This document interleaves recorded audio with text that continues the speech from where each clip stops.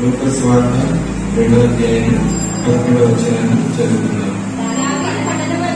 దావీదు పట్టణమందు నేడు రక్షకుడు మీ కొరకు పుట్టినున్నాడు, ఈయన ప్రభువైన క్రీస్తు. చిన్న ప్రార్థన చేస్తున్నాం. మా దేవ, మా ప్రభా, ఈ కృపను బట్టి ఇంతవరకు ప్రభా నేను ఆరాధించే వారి యొక్క సమూహంలో కూర్చోబెట్టినంత గొప్ప ఎంత సంతోషం కండి. ఇదిగో ప్రభా యేసయ్యా, నేను ఆత్మతో సత్యంతో ఆరాధించుతుండగా నీ యొక్క జనన దినము యొక్క ఉద్దేశము మేము ఎరుగుంటాం తండ్రి. నీ కృపను గ్రహించినందుకు వందనాలు. మా హృదయాన్ని యంత్రాలను తెరవము. ఈ పండుగ దినాలలో మా నోటి నిండా నవ్వుంచబడటానికి, ప్రభా కుటుంబంలో సంతోషించబడటానికి తండ్రి విన్న వాక్యం నీ మందిరంలో చేరి నేను సమాధానంతోను శాంతితోను ఆరాధించగలను కృప చూపించమని యేసుక్రీస్తు ఉన్నతమైన నామములో వేడుకుంటున్నాను తండ్రి.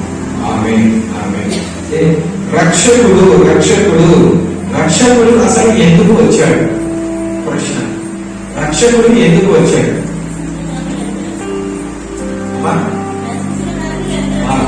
నశించిన దానిని వెనక్కి రక్షించుటకు ఆయన వచ్చాడు.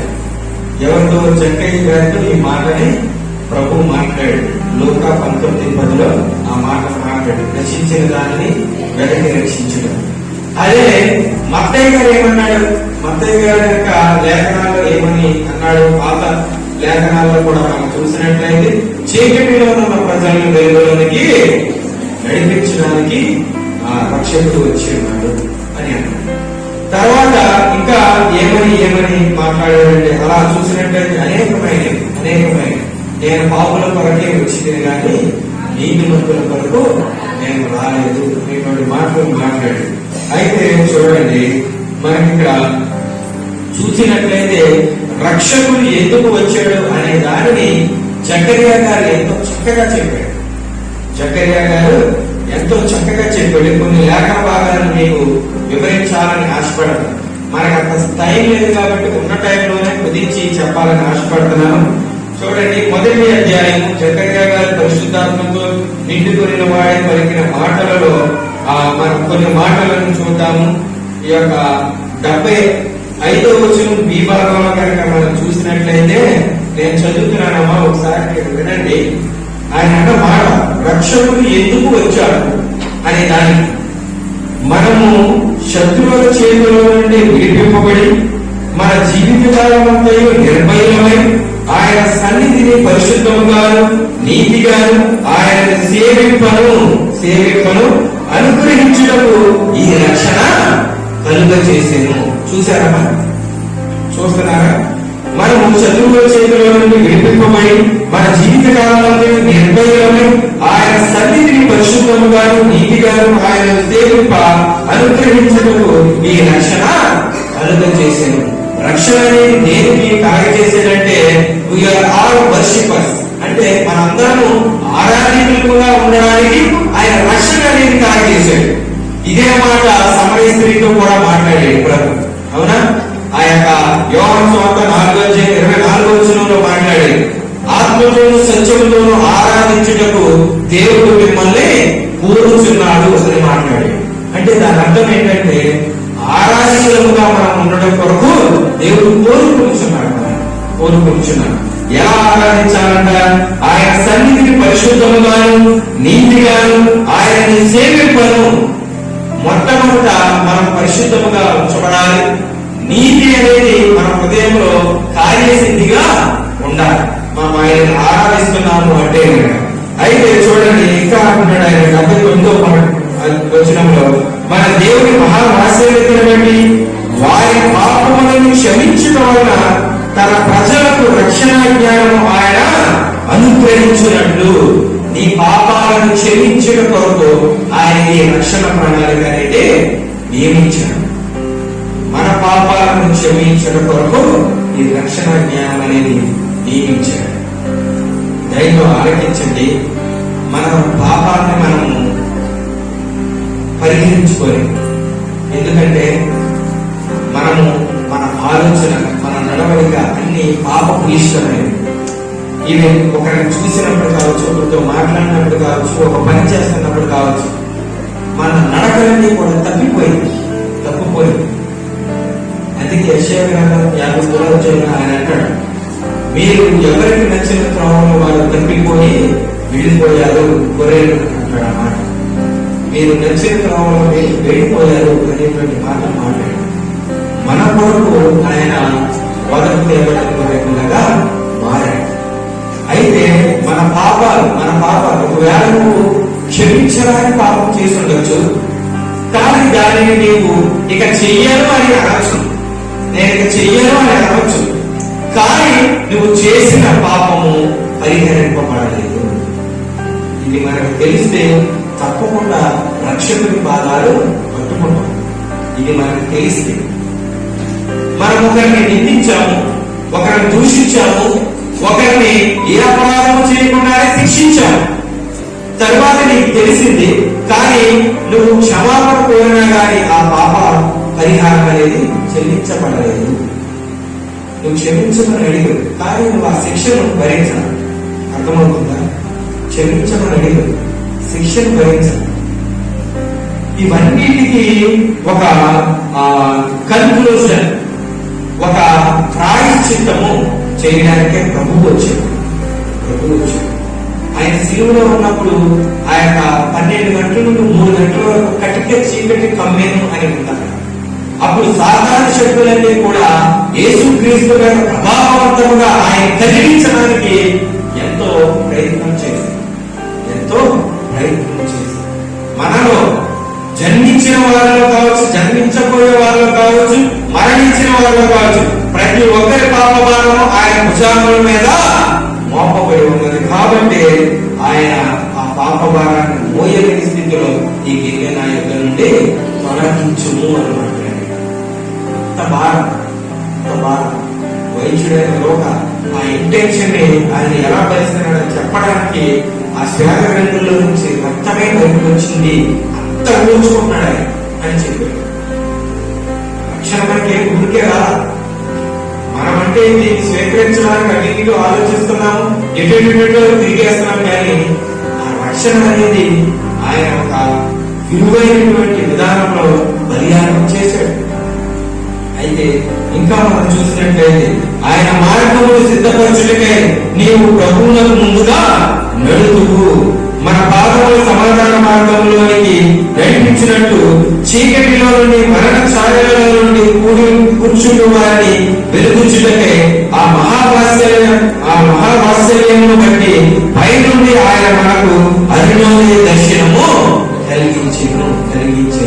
రక్షకుడుగా ఉద్భవించడానికి, జన్మించడానికి, మానవావతారం ఎత్తడానికి ఆయన చూడండి చేసిన బలియాగం ఏంటంటే, ఆయన చూపినటువంటి మార్గం ఏంటంటే, మన పాపములు సమాధాన మార్గంలో నడిపించడానికి, మన మార్గములు సిద్ధపరచడానికి ఆయన అరుణోదయ దిక్కు నుండి ఉదయించెను అన్నాడు. దేవుని నామానికి మహిమ కలిగిన కాక. అరుణోదయ దిక్కు నుండి ఉదయించాడు. ఎలా ఉదయించాడు? ఒక బాలుడుగా ఉదయించాడు. మనం గమనిస్తాం. రక్షకుడు అనే పదానికి అసలు మనకి మీనింగ్ తెలియాలి. మీనింగ్ తెలియకుండా ఆయన ఏమారాధిద్దాం. జస్ట్ అసలు స్టార్టింగ్ ప్లాట్ఫామ్ ఏంటంటే, కనీసం అసలు రక్షకుడు అంటే ఆయన దేని రక్షించాడు, ఎందుకు వచ్చాడు, దేని వరకు ఆయన రక్షకుడిగా మానవుడిగా వచ్చాడు. ఇది తెలియకోకుండా మనం ఆరాధన చేయడం వల్ల ఏం ఉపయోగం అంటే, దాని అర్థం ఏంటంటే చర్చి పనులన్నీ చూసుకుంటూ చర్చి ఆరాధనలో లేకపోవడం. నువ్వన్నీ చేస్తావు కానీ దేవుడి వాక్యం వినేవాళ్ళ లెక్కలో ఉన్నావు. నువ్వన్నీ చేస్తావు, మారు మనసు పొందిన వారి లిస్టులో నువ్వు ఉన్నావు.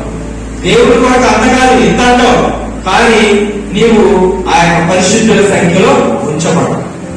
దీనికన్నా అంధత్వం ఏముంది? ఆలోచన చేశారు. దీనికన్నా అంధత్వం ఏముంది? మన అందులోనే ఉన్నాం ఇప్పటికీ కూడా చాలా మంది వ్యక్తులు. అయితే మనం కనుక ఆలోచన చేసినట్లయితే ఇది విధానం. సరే, రక్షకుడు ఎందుకు వచ్చాడు అనే దానిని కొంత మనము తెలుసుకోగలిగాము. వచ్చి ఏం చేశాడు అనే దానిని మనం తెలుసుకోగలగాలి. ఆయన వచ్చి ఏం చేశాడు? ఆయన విడుదల కలిగించాడు. నేను ఈ మాట చెప్తాను. ఆయన విడిపించాడు. రక్షణ అంటే దాని అర్థం ఏంటంటే ఎవరైతే బంధకాల్లో, చిక్కుల్లో, ఇరుకుల్లో, చీకటిలో ఉన్న వారిని విడిపించాడు. ఎలా విడిపించాడు అని కనుక మనం చూసినట్లయితే మొదటిగా ఒక వచనం, కీర్తనలో 22:5 వచనం చదువుకున్నాం. వారు నీకు మొరపెట్టి విడుదల నందిరి, నీ యందు నమ్మిక ఉంచి సిగ్గుపడక పోయిరి. దేవుని నామానికి మహిమ కలుగును గాక. వారు నీకు మొరపెట్టి విడుదల నందిరి. ఎవరైనా ఈ రోజున దేవుని నామాన అడిగి పొందుకోని వారు ఎవరున్నారో నేను చూపించాను. అడగని వారు ఉన్నారు కానీ అడిగి పొందుకోని వారు ఎవరు? నాకు రక్షణ లేదు ప్రభా, నన్ను రక్షించుము, నాకు విడుదల లేదు ప్రభా, నన్ను విడిపించుము అని నీవు అడిగినట్లయితే వెంటనే ప్రభువు నీకు శీఘ్రంగా దానిని అనుగ్రహిస్తాడు. అసలు అడగడానికే నువ్వు రాకపోతే నీకు ఎలా వినిపిస్తాడు? నువ్వు లాస్ట్ స్టేజ్ లో వెళ్ళిపోయి అప్పుడు అడిగేదాన్ని లేదు. ఒక్కొక్కరు మరణ పడచిన స్థితిలో ఉన్నప్పుడు అడగడానికి ప్రయత్నిస్తారు, అయినా ఇస్తారు, ఇవ్వడానికి అంటారు. కానీ నీకు అన్ని బాగున్నప్పుడు నువ్వు అడగడానికే అసలు సిద్ధపడు.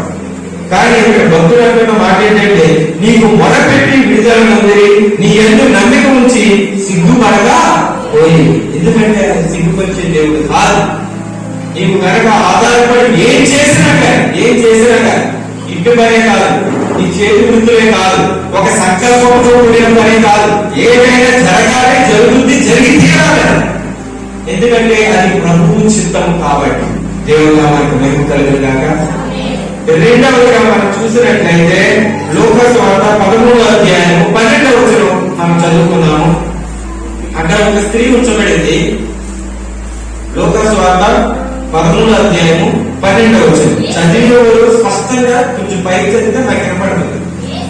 యేసు ఆమెను చూచి రమ్మని పిలిచి, అమ్మా నీ బలహీనత నుండి విడుదల పొంది ఉన్నామని ఆమెతో చెప్పి ఆమె మీద చేతులు ఉంచగానే ఆమె చక్కగా నిలవబడి దేవుని మహిమపరిచెను. ఇది ఏంటి అనే సందర్భం కనుక చూసినట్లయితే 18 ఏళ్ల నుండి ఇశ్రాయేలు కుమార్తె అనబడిన ఒక ఆమె నడుము ఉంగిపోయిన స్థితిలోనే ఉండిపోయిన ఆ స్త్రీ అయితే దేవుడు అంటున్న మాట ఏంటంటే నీకు ఆ నడుము ఉంగిపోయిన బలహీనత నుండి విడుదల పొంది ఉన్నావు. అమ్మా నీ బలహీనత నుండి విడుదల పొంది ఉన్నావని ఆమెతో చెప్పాను. విడుదల పొంది ఉన్నావని చెప్పాడు, విడిపించాడు.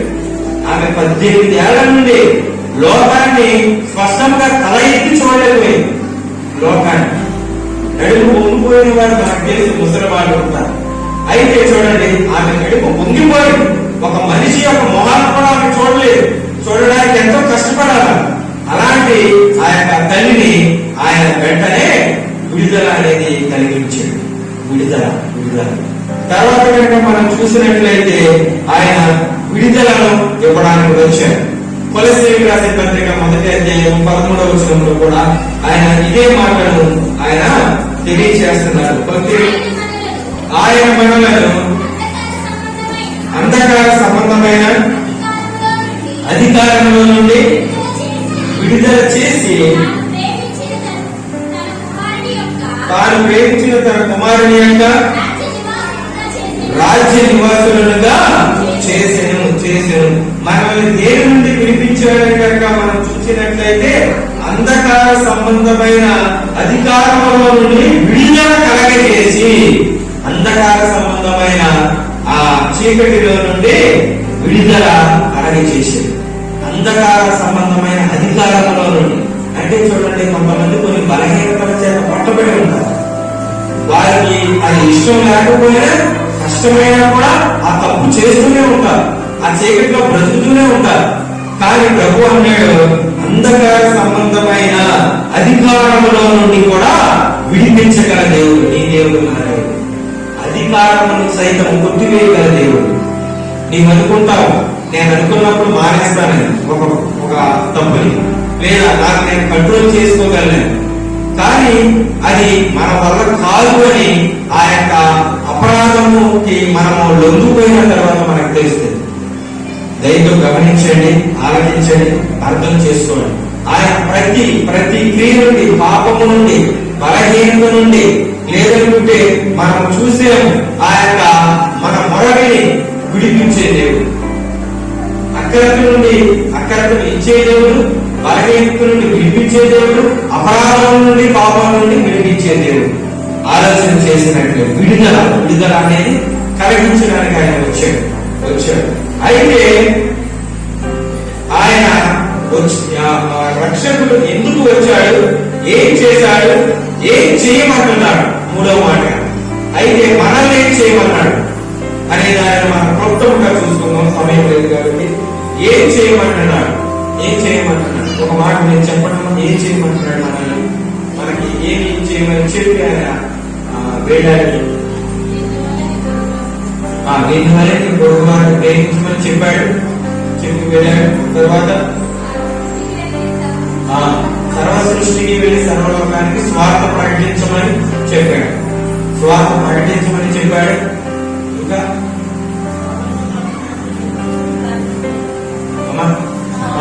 శోధనలో పడకుండానట్టు ప్రార్థించమన్నాడు. అయితే నేను కూడా మీతో పాటు ఒక మాట చెప్తాను. ఏమిటి ఆ మాట అంటే, ఆయన ఇలా చేసిన మీరు నా రాజ్యంలో ఉంటారు అని స్పష్టంగా ఒక మాట చెప్పాడు.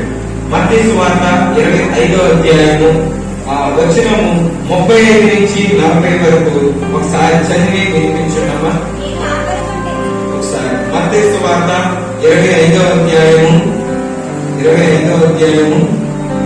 వచనము 35 నుంచి 40 వరకు చదవమ్మా. నేను ఆకలి ఉంటిని, మీరు నాకు భోజనం పెట్టింది, దప్పికొంటిని, నాకు దాహమిచ్చితిరి, పరదేశినై ఉంటిని, నన్ను చేర్చుకొంటిని, దిగంబరినై ఉంటిని, నాకు బట్టలు ఇచ్చితిరి, రోగినై ఉంటిని, నన్ను చూడవచ్చితిరి, చెరసాలలో ఉంటిని, నా యొద్దకు వచ్చితిరని చెప్పాను.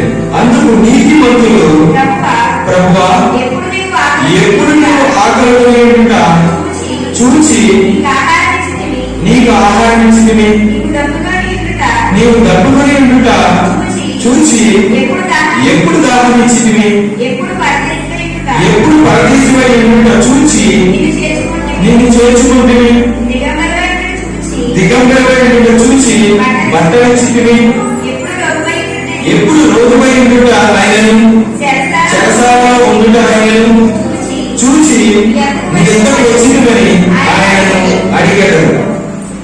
అందుకు రాజు, మీ ఈ అల్పులైన ఈయన సహోదరులలో ఒకరికి మీరు చేసింది కనుక నాకు చేసిందని నిశ్చయంగా మీతో చెప్పుచున్నానని వారితో అనేను.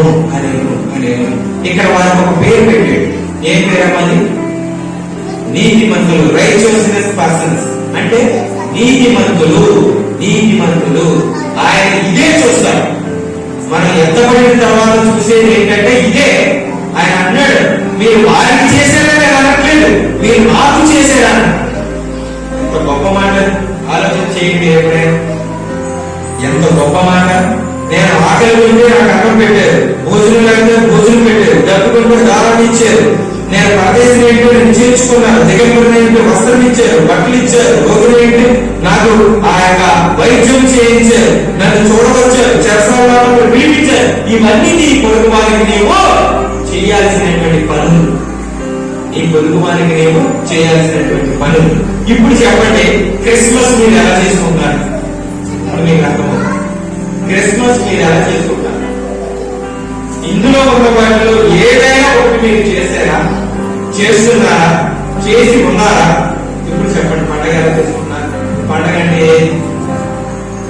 మిక్కిలి అరుగులైన ఒకరికి మీరు, ఈ నా సహోదరులకు మీరు చేసింది కనుక నాకు చేసిందని ప్రభు అన్నాడు. స్పష్టంగా మీరు వారికి చేశారు కాబట్టి నాకు కూడా చేశారంటాడు. మీరు నీతిమంతులు అంటాడు. మరి ఇప్పుడు చెప్పండి, మీరు ఏం చేస్తున్నారు? ఎలా చేస్తున్నారు? ఆలోచన చేసినట్లేదు. ఇదే మాట కొత్త నిబంధనలోనే మాట్లాడబడింది అనుకుంటున్నారా మీరు? పాత నిబంధనలో కూడా యెషయా గ్రంథం 1వ అధ్యాయము 8వ వచనం 17వ వచనంలో, ఇర్మియా గ్రంథం 22వ అధ్యాయం 3వ వచనంలో ఇదే మాటల్ని ప్రభు మాట్లాడాడు. దిక్కు లేని వారిని, దరిద్రుల్ని, విధవరాలను ఆదరించుటే నాకు ఇష్టము. నిరపరాధులను, తండ్రి లేని వారిని, దిక్కు లేని వారిని మీరు న్యాయం తీర్చుట, వారిని ఆదరించుట నాకు ఇష్టము అని చెప్పినాడు. యెషయా 58వ కీర్తనలో నిజమైన ఉపవాసం ఏదంటే బంధింపబడిన వారిని విడిపించుటయు, అనాథలను ఆదరించుటయు, దిక్కులేని వారికి మీరు ఆహారం ఇచ్చుటయు, విధవరాలను మీరు ఆదరించుటయు, ఇదే నిజమైన ఉపవాసం అని చెప్పాడు. మరి ఇప్పుడు మనం ఏం చేస్తున్నాం?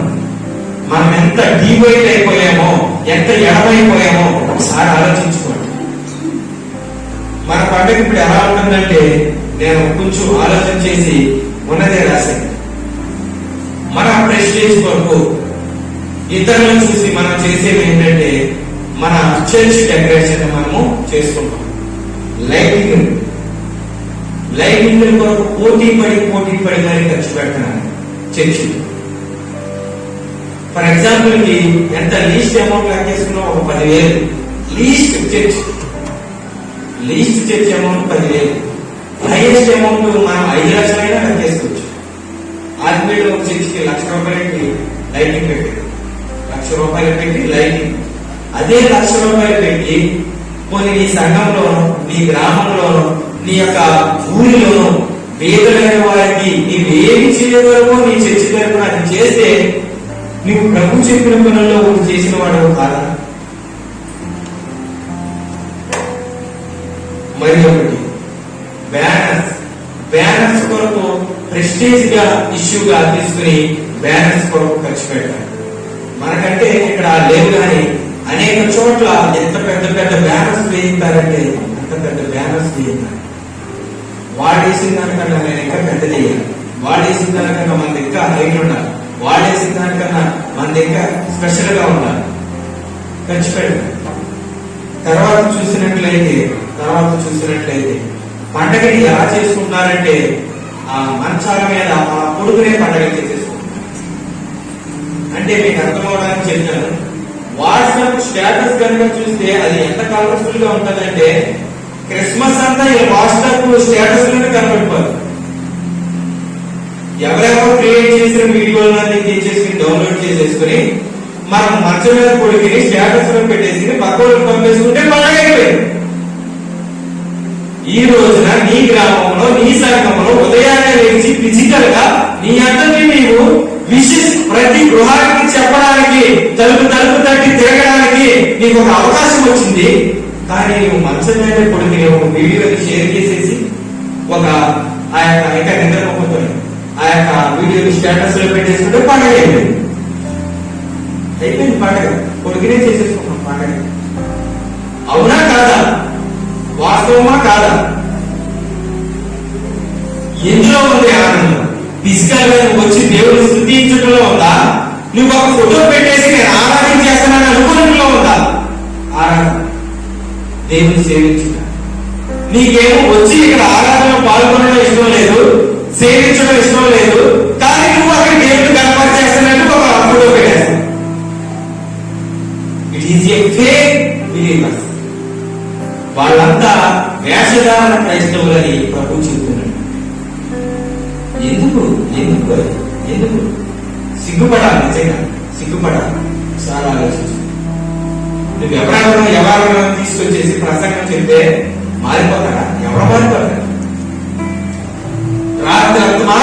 రాత్రి పగలు పొద్దున్న సాయంకాలం తేడా లేకుండా కష్టపడుతుంటే నీకు పట్టనంటే తిరుగుతున్నావు. నువ్వు ఎవరో ఒక ప్రసంగికుడు వచ్చి ఒక బాగు చేయగానే మారిపోతామని ఎలా అనుకుంటారు? ఈ ఎదుట మాదిరికరమైన విశ్వాసుల జీవితాలు అనేకమైనవి ఉన్నాయి. నువ్వు ఎందుకు చేయగలిగి విశ్వాస జీవితంలో నడవలేకపోతున్నావు? ఎందుకు నడవలేకపోతున్నావు? తాగి దేవుడి ప్రాంగణంలో రావడానికి నీకు భయం ఏంటిదా? నాకు అర్థం కాదు. నీకు పెంచిన పెంపకమే, నువ్వు నడిచిన నడకే, అసలు నీకు భయమే లేదా? ఒకసారి వాక్యం చదవడమా? చిన్న వాక్యం లేఖికాండం 5వ అధ్యాయం 17వ వచనం. చేయకూడదని యెహోవా ఆజ్ఞయించిన వాటిలో దేనినైనాను చేసి చేసి ఒకడు పాపి అయిన ఎడల ఒకడు పాపి అయిన ఎడల అది పొరపాటున అది జరిగినను అతడు అపరాధి అయి దోషములకు శిక్ష భరించును. తన దోషములకు శిక్ష భరించును. ప్రారంభం అది నేను ఏదో పొరపాటు చేసేసానండి. చేసినప్పుడు విరవీస్తూ చేస్తావు, తర్వాత నువ్వేమన్నా పొరపాటుని చేశానండి అంటావు. నేను క్షమిస్తాను. ఇక్కడ ప్రభు అంటున్న మాట సాక్షాత్తు ఇది ప్రభు నుండి వచ్చిన మాట. ఏమన్నాడు ప్రభు? పొరపాటు జరిగినను అతడు అపరాధి అయి తన దోష శిక్షను భరించును. నువ్వు భరించాల్సింది. చాలా కుటుంబాలు విచ్ఛిన్నమైపోతున్నాయంటే ఎందుకు అయిపోతున్నాయి? మీకు తెలీదా? భక్తులైన వారికి ఎందుకు అయిపోతున్నాయి? ఎందుకే నువ్వు చేయకూడని పనులన్నీ చేసిన తర్వాత ఆ అపరాధ భారం కుటుంబాలను ఏర్పడుతుంది. అపరాధ భారం కుటుంబాలను ఏర్పడుతుంది. అవునా కాదా? మనకు తెలుసు దాతాను అభిరాము వాళ్ళు చేసిన పాపము వారి వంశం మీదే పడిపోయింది. వంశం మీదే పడిపోయింది. తర్వాత కోరాము చేసిన పాపము తన వంశం మీదే పడిపోయింది. పడిందా లేదా? పడింది. ఇప్పుడు చూసుకోండి, అలా ఉండేవాళ్ళు బహుశా భర్తలో ఉండొచ్చు, కుమారులో ఉండొచ్చు, బిడ్డలో ఉండొచ్చు, ఎవరైనా ఉండొచ్చు. భారీగా నువ్వు సరి చేయవలసిన బాధ్యత కూడా చూసుకోవాల్సిన బాధ్యత, జాగ్రత్త వహించాల్సిన బాధ్యత మీలో కూడా ఉంది. దయతో అది మీరు మనసులో పెట్టుకోండి. సరిగ్గా 10 మంది ఉన్నా చాలు ఆత్మతోనూ సత్యముతోనూ నడిచేవాడు. ఫ్లిక్టెడ్ పర్సనాలిటీ కాకుండా, అంటే కుడికి కానీ ఎడమకి కానీ తట్టులు పోయే వారు 10 మంది ఉన్నా చాలు. 10 మందితో అగ్నిమెంట్ సేవ దేవుడు జరిగించుతాడు. దేవుడు నామానికి మహిమ కలిగినగా. మీరు యుద్ధ సైనికులే నిలబడిపోతే 10 మందితో 10,000 మందిని తరమడానికి ప్రభువు సిద్ధము కలిగి ఉన్నాడు. ఈ రోజు మన ఆరాధనలు ఎలా ఉన్నాయి? మన ఆరాధన పరిశుద్ధత ఉందా? మన ఆరాధన శుద్ధీకరణ ఉందా? మన ఆరాధనలో ఒక గౌరవప్రదమైన ఏదైనా ఉందా? ఆలోచన చేసుకోవాలి. ఆలోచన చేయాలి. ఎందుకంటే గద్దింపు లేకుండా మనం ఏదో చక్కగా మంచి వంటకాలు వండేసుకుని కొత్త బట్టలు కట్టేసుకుని వచ్చేసినంత మాత్రాన మన హృదయం సంతోషం ఉండదు. నీకు అన్ని చేస్తావు ఇంట్లో, నీ ఇంట్లో ఏదో గొడవ అవుతుంది, లేదేదో గొడవ అయ్యింది, ఎక్కడ ఉంటుంది సంతోషం? సరైన విధానంలో బతకలేదు, ఎక్కడ ఉంటుంది సంతోషం? కొంతమంది ఎన్ని కొనుక్కున్నా ఆనందించలేదు, ఎన్ని కొనుక్కున్నా ఏదో లోపల బాధగా ఉంటుంది. ఎందుకంటే నువ్వు దేవుణ్ణి ఆత్మతోనూ సత్యముతోనూ ఆరాధించలేకపోతున్నావు కాబట్టి. కనీసం అసలు ఎలా ఉంటది, ఇప్పుడు దాకా లేదు, ఇప్పుడు ఉంది, ఎలా ఉంటది అని చూడడానికి చేయడానికి సిద్ధపడాలి. ఫిజికల్ గా నువ్వు ఆరాధించడానికి దేవుడు ఏర్పరిచిన ఆరాధన నుండి నువ్వు తొలగిపోయి ఏం చేస్తావు? ఆరాధన ఏం చేస్తావు? దైవం గుర్తుంచుకోండి, ఆలోచించండి. ప్రభు చాలా శ్రేష్టమైన ఆరాధన చెప్పాడు. నీకు లేదు, నువ్వు బట్టలు కొనుక్కోవాలి. ఫర్ ఎగ్జాంపుల్ ఒక 1000 రూపాయలు బట్టలు ఖర్చు పెడితే ఆ 1000 రూపాయలు ఇచ్చుకుని వెళ్ళి ఏ ఫ్రూట్స్ లేదనుకుంటే ఏదో ఒక వస్త్రమో లేదనుకుంటే లేనోడికి ఒక పూట భోజనమో నువ్వు ఇవ్వు. నీ మనసుకి ఎంత ఆనందంగా ఉంటుందో చూడు. ఒకసారి ఎంత ఆనందంగా ఉంటుందో చూడండి. అది పట్టరాని సంతోషంగా ఉంటుంది. నాకు లేకపోయినా కానీ నేను ఎదుటోడికి పెట్టానని సంతోషం అంతా కాదు. దీని నుండి తొలగిపోయాడు. మొత్తానికి టోటల్లీ డివైడ్, టోటల్లీ ఫ్లిక్టెడ్, టోటల్ గా వేరిపోయాడు. ఆలోచన చేయండి, అర్థం చేసుకోండి. మనం ఎంతో ప్రెస్టేజ్ ఇష్యూగా మనం పండగ చేసుకుంటామో ఆ సంతోషం లేదు. కానీ మనం ఎప్పుడైతే దేవుడు చెప్పిన విధానంలో పండగ చేసుకుంటామో మన గృహాలన్నీ వెలిగించబడతాయి. దేవుడు మనకి మహిమ కలిగిన కాక. నీకు ఎవరు ఏమి పెట్టవసరా, అదే వస్తుంది. నీకు దేవుడిచ్చే సంతోషము సమాధానం ముందు నీకు వస్త్రాలు కాదు, లేదా అలంకారం కాదు, పిండి వంటలు కాదు, ఇంకేదో కాదు. నీ హృదయం ఎంతో ఆనందంతో నిండిపోతుంది. అది చాలు మనకి పండగ అంటే. అదే పండగ, అదే నిజమైన క్రిస్మస్. దేవుని నామానికి మహిమ కలుగును గాక. ఈ కొద్ది మాటలు దేవుడు మన హృదయంలో ముద్రించి భద్రపరిచిన గాక. ఆమె ప్రార్థన చేసుకుందాం. పరిశుద్ధ ప్రేమమైన కృప కలిగిన తండ్రి, ఇదిగో ఇంతవరకు ప్రభా క్రీస్తు రక్షకుడు మా కొరకు పుట్టి ఉన్నాడు అంటే రక్షణ దేనికి అనేది మనం తెలుసుకోగలిగిన ప్రభా, పరిశుద్ధం గాను నీతి గాను నేను ఆరాధించుటకు, నీ సన్నిధిలో మేము ఎల్లప్పుడూ ఉండుటకు, మేము పాపము నుండి విడిపించబడుటకు, నీ యందు మేము ఎల్లప్పుడూ సేవించుటకు రక్షకుడు మా కొరకు వచ్చాడు. మాకు మేము చేసుకోవాలని విడుదల పరిహారం చేశాడు. ఇదిగో తండ్రి యేసయ్యా, ఈ కొద్ది వాక్యాలని మేము విని మేము కైకొనవలసినవి కైకొని మేము ఎలా ఆరాధిస్తున్నామో మమ్మల్ని మేము పరీక్షించుకోవడానికి సహాయం దయచేసి నీ రక్షణానందం మా చిన్న బిడ్డలలోను, మా యొక్క కుటుంబంలోను, మా వృద్ధులలోను, ప్రతి కుటుంబంలోను నీ రక్షణానందం దయచేసి బలపరిచి నడిపించుకొని యేసుక్రీస్తు ఉన్నతమైన నామములో అడిగి వేడుకుంటున్నాం తండ్రి.